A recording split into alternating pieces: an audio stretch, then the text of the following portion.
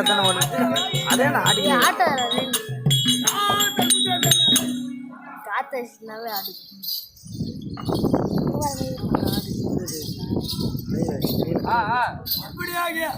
பிரம்மா கொடுத்த சாபத்தால் பரமாவுடனானவர் அலங்கோலமாக ஆண்டு ரூபம் கொண்டு ஒரு யுக காலமாக பிச்சை எடுத்து ஒரு நாள் தினத்தில் நள்ளிரவு 12 மணி அளவில் கைலாயம் என்று தெரியாமல் கைலாயத்தின் வாசலில் நின்று அம்மா சிவகார்த்தினா பிச்சை அம்மா பிச்சை என்று கூச்சலிட்டார்.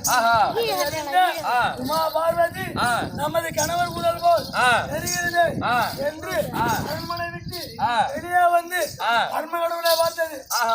உடன் பரமகடவுள் இருக்கும் அலங்கோலத்தை கண்டு அண்ணா உன்னுடைய சொல்லை மீறி சென்றாரு, இவருக்கு இப்படி ஒரு கதி வந்து விட்டது என்று அண்ணாவை நோக்கி யோசனம் செய்ய அந்த நேரத்தில் ஆளாகிய கண்ணன் வந்து அண்ணா இதற்கு ஏது நீ மஞ்ச வேண்டாம், எப்படி என்றால் ஒரு கிண்ணத்தில் 3 உருண்டை சாதத்தை எடுத்துக்கொள்.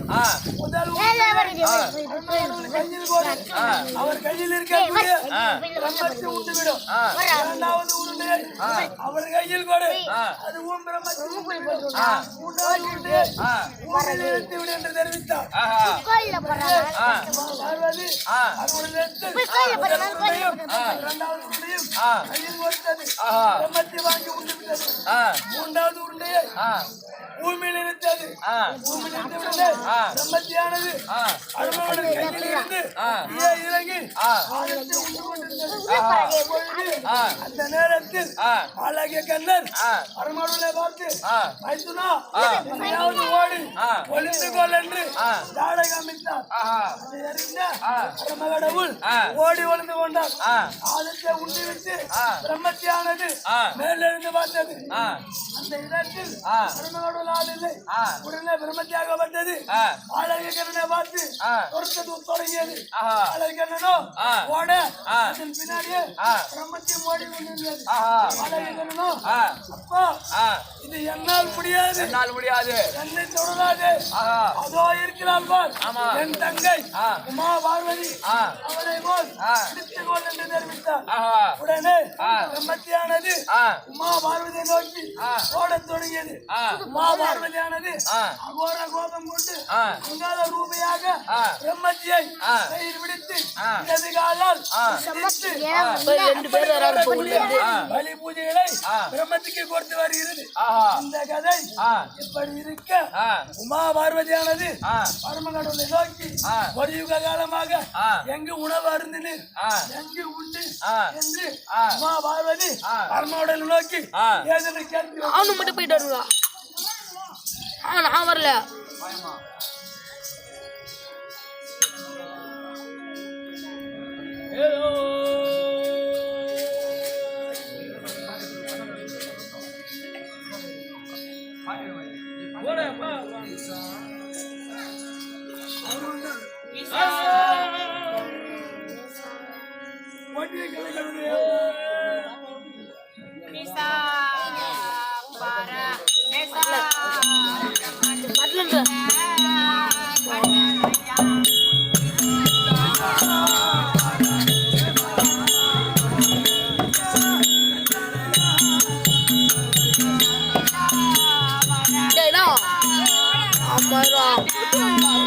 கொண்டு வாங்கப்பா.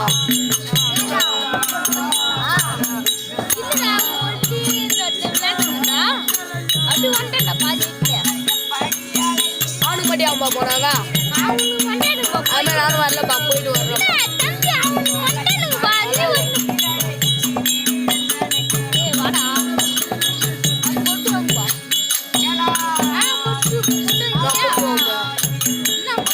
பபுளு போகும்போது அம்மா போட்டா பபுளு இல்லை நான் ஏன் சேர்த்தியா பபுளு அவன் வந்துட்டாப்பா.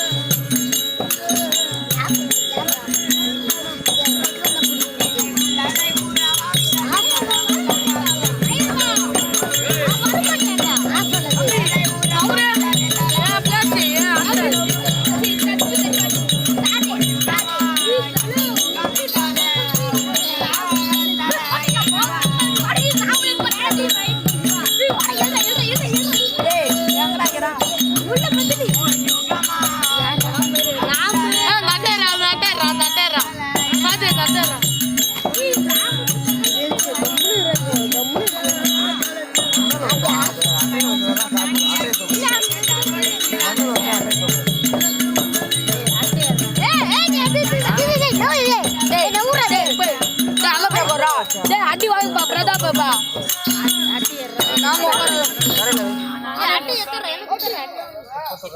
நல்லா சமமா பண்ணிடா எங்க தங்கனீங்க எங்க சாப்பிட்டீங்க எங்க உறங்கினீங்க எங்க பெருமா கூற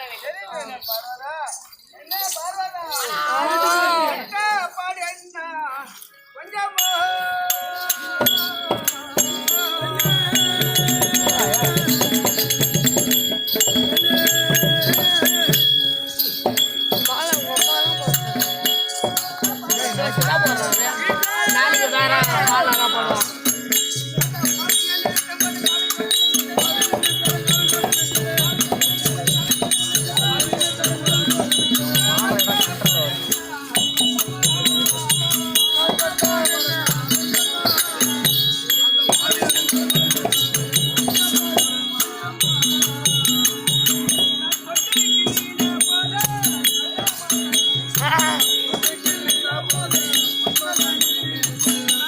பாரு உங்க அப்பா இப்படி இருக்காரு அதான் என் பேனா கூடுறோம்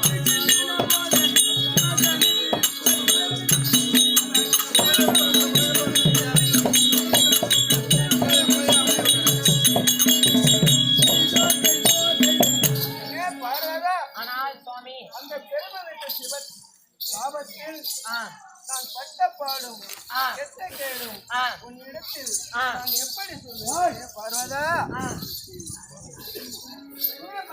ஆனா சுவாமி கோட்டை கண்ணாலே கண்ணா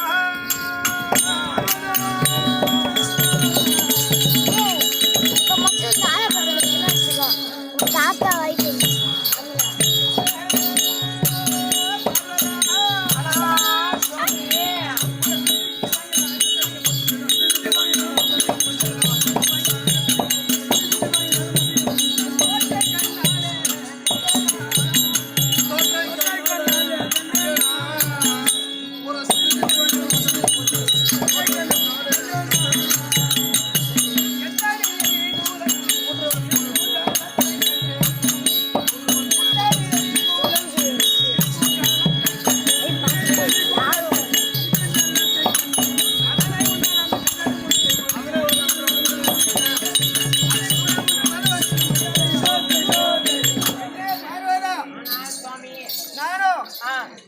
பிரமஞ்சியாகப்பட்டது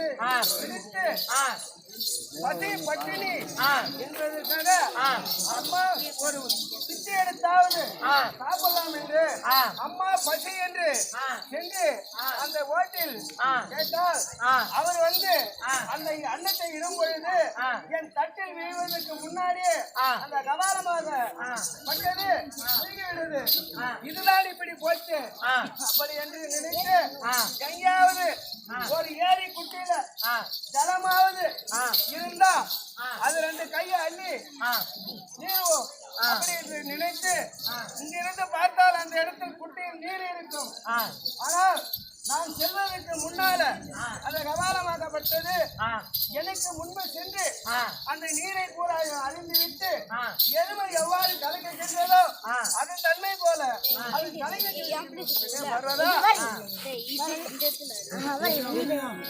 டேய் ரெண்டு வச்சுக்கிற கூட ஒண்ணு டேய் அங்க உட்கார கூட பண்ணாங்கடா அப்பதான் அவர் வந்தாருன்னா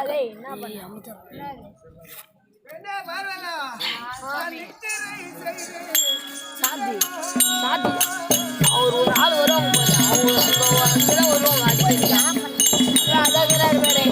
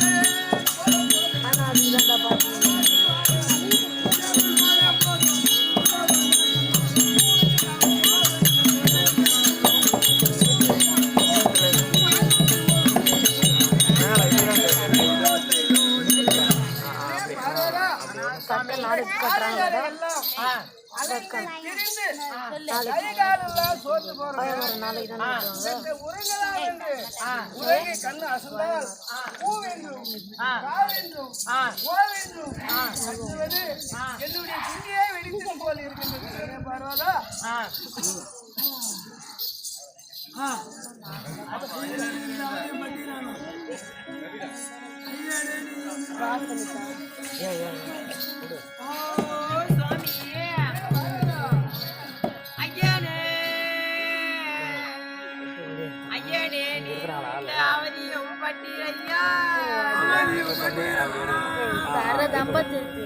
சுத்தி கவர் ஆகணும், மேலேயும் கேப் இருக்கணும், கீழே கேப் இருக்கணும்.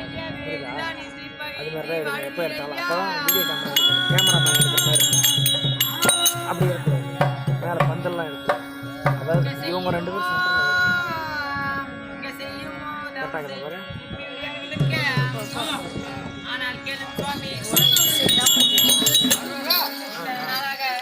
பிரம்மனிட்ட சாபத்தினால மட்ட பாடும் போதும் கெட்ட கேடும் போதும் இதுக்கு மேலேயாச்சு கைலாயத்தில் அமர்ந்து நாம் சந்தோஷமாக காலம் கழிக்கலாம்.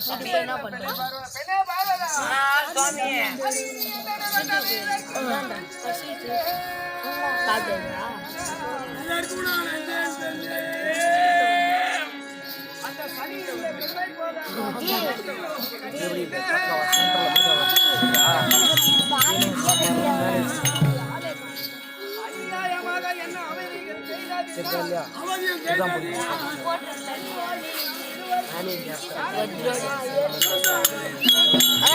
அடி வாங்க போறாங்க உட்காந்து. அவர் வந்து அப்படி இங்கதான் ஆடுவாரு கீழே கரோட அந்தண்டா இங்கேதான் வந்து நிற்பாரு.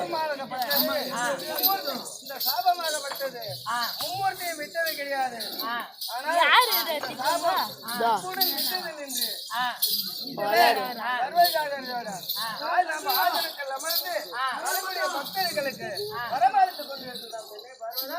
அப்படியே